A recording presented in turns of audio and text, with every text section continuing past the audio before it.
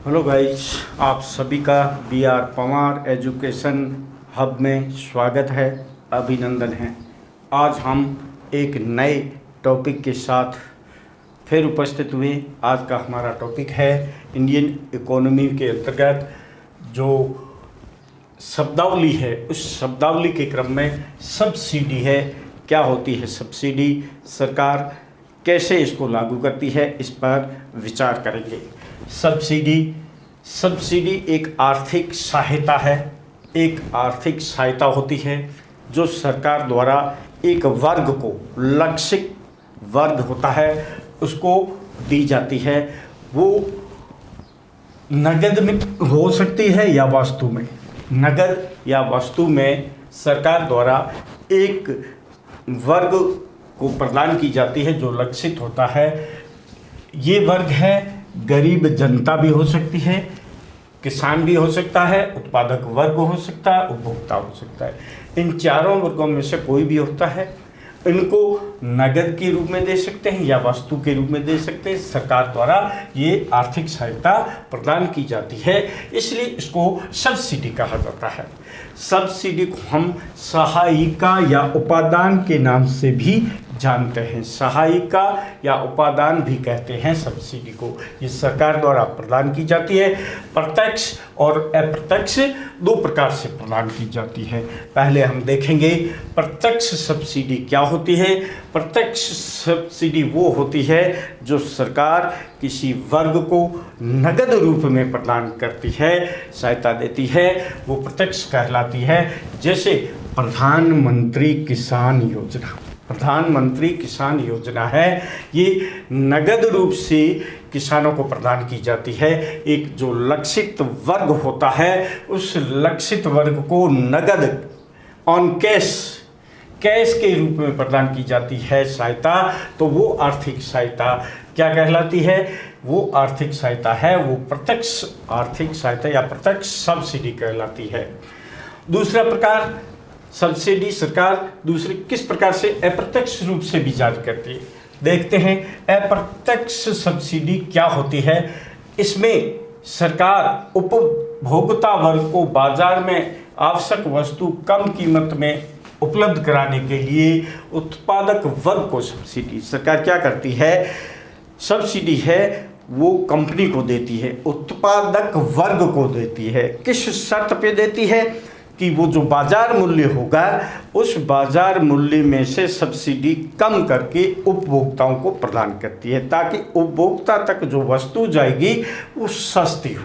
बाजार के अंदर जो बाजार मूल्य होता है, उस बाजार मूल्य में से उपभोक्ता वर्ग को सरकार जो वस्तु के रूप में जो सहायता देती है, उस सहायता को, उस आर्थिक वित्तीय सहायता को, सब्सिडी को जो बाजार मूल्य होता है उसमें से कम करके मूल्य निश्चित किया जाता। उस मूल्य पर बाजार में उपभोक्ताओं के लिए वस्तु है उपलब्ध करानी होती है। तो ये आवश्यक जो वस्तु है उसकी कीमत कम हो और कम कीमत पर उपभोक्ता तक पहुँचे, बाजार में सस्ता उपलब्ध हो सके माल। यही कारण है कि सब्सिडी को बाजार मूल्य से घटाया जाता है। बाजार मूल्य में जो रिटेल प्राइस होता है उसमें से सरकार द्वारा जो सब्सिडी अप्रत्यक्ष रूप से जो सब्सिडी उत्पादक वर्ग को जारी की जाती है, वो बाजार मूल्य से कम करके बाजार में उपलब्ध की जाती है। जैसे बाजार मूल्य में इस सब्सिडी को घटाने से उसका मूल्य कम हो जाता है और अंतिम तौर से उपभोक्ता वर्ग को एक वस्तु के रूप में भी फायदा मिलता है, सब्सिडी मिलती है। तो नगद होती है वो प्रत्यक्ष रूप से होती है, और एक वस्तु के कीमत के आधार पर सस्ती जो वस्तु उपलब्ध होती है वो अप्रत्यक्ष रूप से होती है। तो हमने सब्सिडी के बारे में देखा, इसको सहायिका या उपादान भी कहते हैं। ये आर्थिक सहायता होती है जो सरकार द्वारा एक लक्षित वर्ग को नगद भी प्रदान की जाती है और वस्तु के रूप में भी प्रदान की जाती है। अब अगला बिंदु अपन देखेंगे पूंजीवादी अर्थव्यवस्था है। और बाजार अर्थव्यवस्था पर ये आधारित होती है। कौन? पूंजीवादी अर्थव्यवस्था, जहाँ वस्तु और सेवा का बाजार है, मूल्य, बाजार मूल्य है वो अदृश्य शक्तियों द्वारा निर्धारित होता है। अदृश्य शक्तियाँ कौन सी होती है? उस वस्तु की मांग और आपूर्ति, जो डिमांड होती है वस्तु की और वस्तु की जो सप्लाई होती है, उनको अदृश्य शक्तियाँ कहते हैं।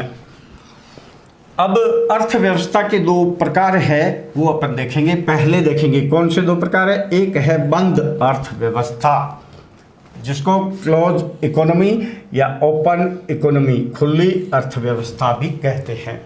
इसमें बंद, आयात और निर्यात को पहले समझते हैं।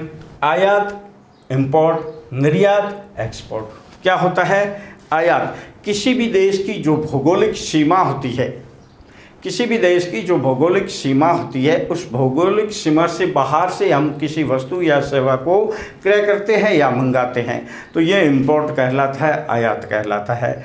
इसके विपरीत किसी भी देश की भौगोलिक सीमा से बाहर किसी वस्तु और सेवा का बेचान किया जाता है, विक्रय किया जाता है, इंपोर्ट आउटपुट किया जाता है, एक्सपोर्ट जिसको बोलते हैं, एक्सपोर्ट किया जाता है, निर्यात किया जाता है, वो निर्यात कहलाता है। यानी एक देश बाहर दूसरे देशों से वस्तु को मंगाते हैं, आयात कर, और जब भेजते हैं, विक्रय करते हैं देश की बाहर सीमा दूसरे देशों में, तो वो निर्यात कहलाता है। ये आयात और निर्यात को समझने के बाद में हम बंद अर्थव्यवस्था को देखेंगे।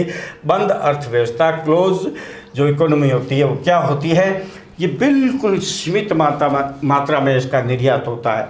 एक दो देशों के बीच में जो निर्यात की व्यवस्था होती है, उस पर प्रतिबंध होता है, या तो होता ही नहीं है, और होता है तो एक लिमिटेड सीमा, प्रतिबंध होते हैं, सीमित मात्रा में होते हैं। जैसे आपने सुना होगा पिछले कुछ समय में रूस और यूक्रेन के बीच में युद्ध हुआ था। उस युद्ध में विश्व के अधिकांश देशों ने क्या किया था? रूस पर प्रतिबंध लगा दिया था कि हम रूस के साथ कोई समझौता नहीं करेंगे। कौन से? आर्थिक समझौता नहीं करेंगे, व्यापार पर प्रतिबंध लगा दिया था। उस समय एक समाचार पत्रों में क्या है, एक शब्द निकल के आ रहा था, ऑटार्की शब्द।